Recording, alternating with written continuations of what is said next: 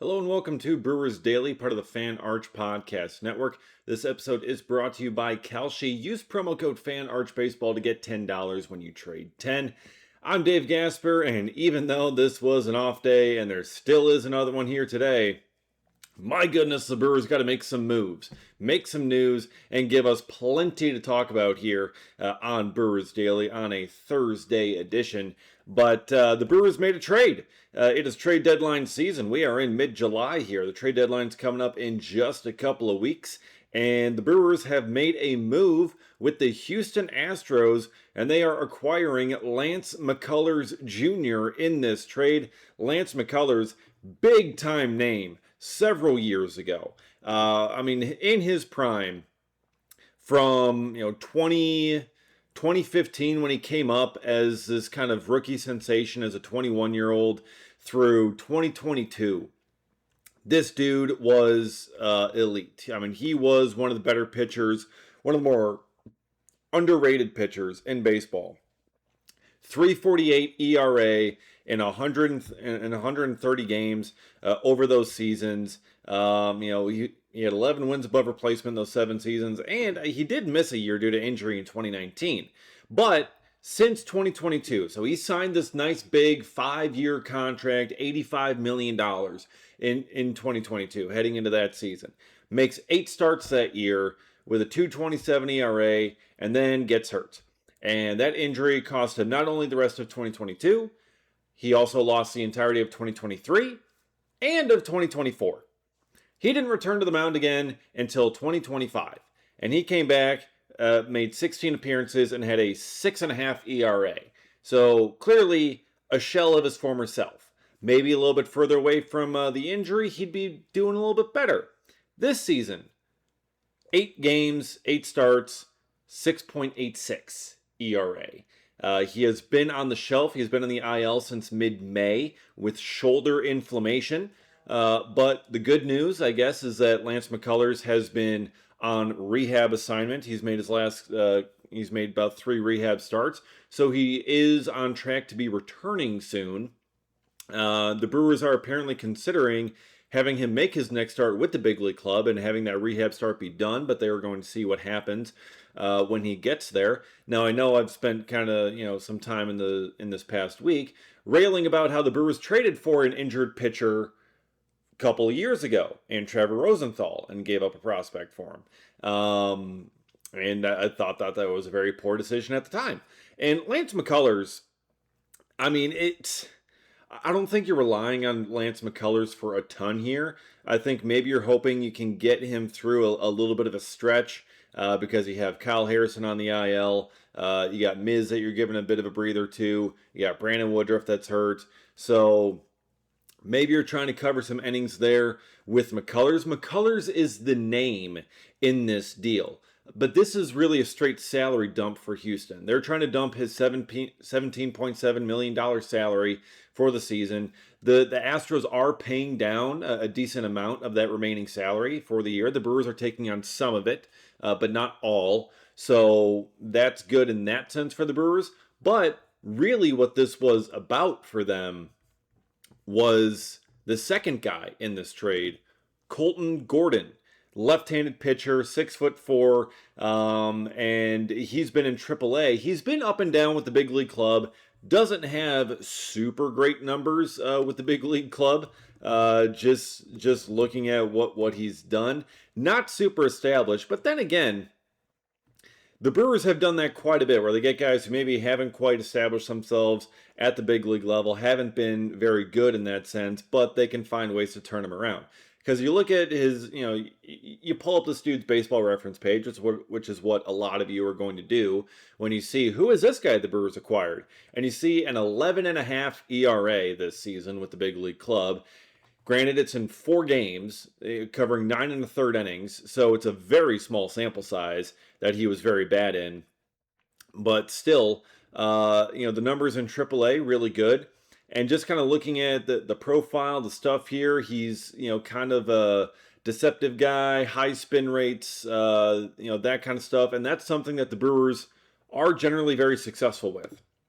When they find a guy who has some deception in his delivery, When they find a guy who can spin the ball really well, that is something they have success in turning around and turning into a very productive pitcher for them. And that's really kind of that's the whole point of the pitching lab, and that's why the Brewers wanted to acquire this guy along with McCullers. To me, this trade, and I put this out on X on Twitter, as I'll start calling it X, I guess. But I put it out there that like this trade reminds me very much of the Jordan Montgomery Shelby Miller trade from last trade deadline, where the Brewers wanted to acquire Shelby Miller. That's who they wanted. They wanted the reliever. They wanted that guy to help out in the meantime. And in order to facilitate it, they took on the salary dump of Jordan Montgomery, an injured pitcher who was a big name, has been a big name, but was injured and was making a whole ton of money, and the team just wanted to get rid of him. And they took on that salary in order to avoid giving up any sort of big time prospect. They can hold on to their prospect capital that way. We've talked about this on the show plenty of times. The Brewers are prospect huggers. They like to keep them. They don't want to give them up. So they're actually willing to take on salary like this in order to avoid losing their prospects. So that's interesting to me that's how they approach it, but I understand it. I understand why they would want to do that, and they want to keep these guys, and they'll get creative with these kinds of deals. But Colton Gordon, kind of low 90s on the fastball, but again, deceptive, high spin rates. He's got a slider that works in the upper 70s, lower 80s as well. Also a curveball and a changeup. So he's got 4 pitches or so there that he can work with. Funky kind of delivery, big extension, being 6'4", getting extension down the mound. That's really good.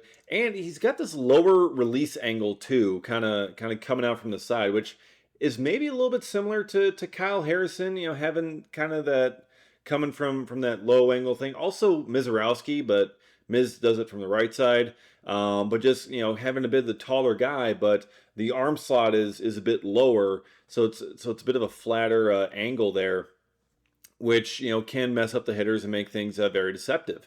So I mean, he's a guy with maybe not a super high ceiling, but he's someone who can help out in the relatively near future as the Brewers are dealing with injuries to their starting rotation. So Colton Gordon is really kind of the get here that I think the Brewers were after. Lance McCullers is a name. He's a veteran, things like that, and maybe he can help out if you can get him healthy. Lance McCullers being healthy it almost kind of feels like Brandon Woodruff being healthy. Like you're probably not going to see it for very long at this point.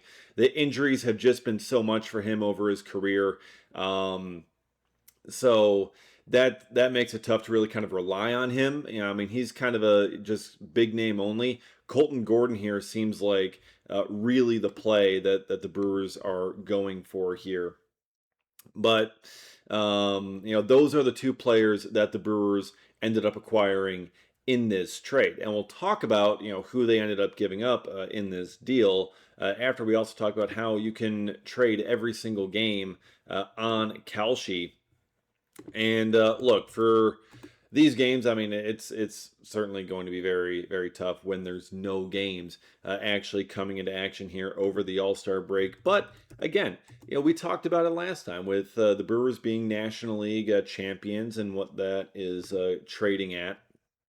But the Brewers as well, just kind of continuing on here, they have a chance to not only win the National League, but perhaps win it all, which is what we would absolutely love to see. I mean, you got to win the World Series too. I mean, you want to get there too, but in order to win it all, you got to get there. And the Brewers, I mean, they're at 18% for winning the National League, and they are currently trading at 8.8% to win the World Series, to win it all. Again, Dodgers runaway favorites there at 32%. But the Brewers at 8.8, that means a $100 trade will pay out $1,068 if the Brewers end up bringing home the Commissioner's Trophy for the first time in franchise history, which I'd absolutely love to see. On Kalshi, you're trading against peers in a live market, meaning there's no house, and as the probability changes, you can buy in and out of your position, especially over these long-term plays here, like World Series champion. For a limited time, download the Kalshi app and use this promo code FANARCHBASEBALL to get $10 when you trade 10, Kalshi, Kalshi, trade on anything. All right, so the Brewers get Lance McCullers and Colton Gordon. What do they end up giving up in this deal? They end up giving up Jaden Fielder. That's right, the son of Prince Fielder is gone. He is gone to the Houston Astros in this trade. Look, Jaden Fielder, undrafted free agent in 2024, 2 years ago, 21 years old. He's in low A, and I mean, just kind of looking at the numbers here for Jaden Fielder.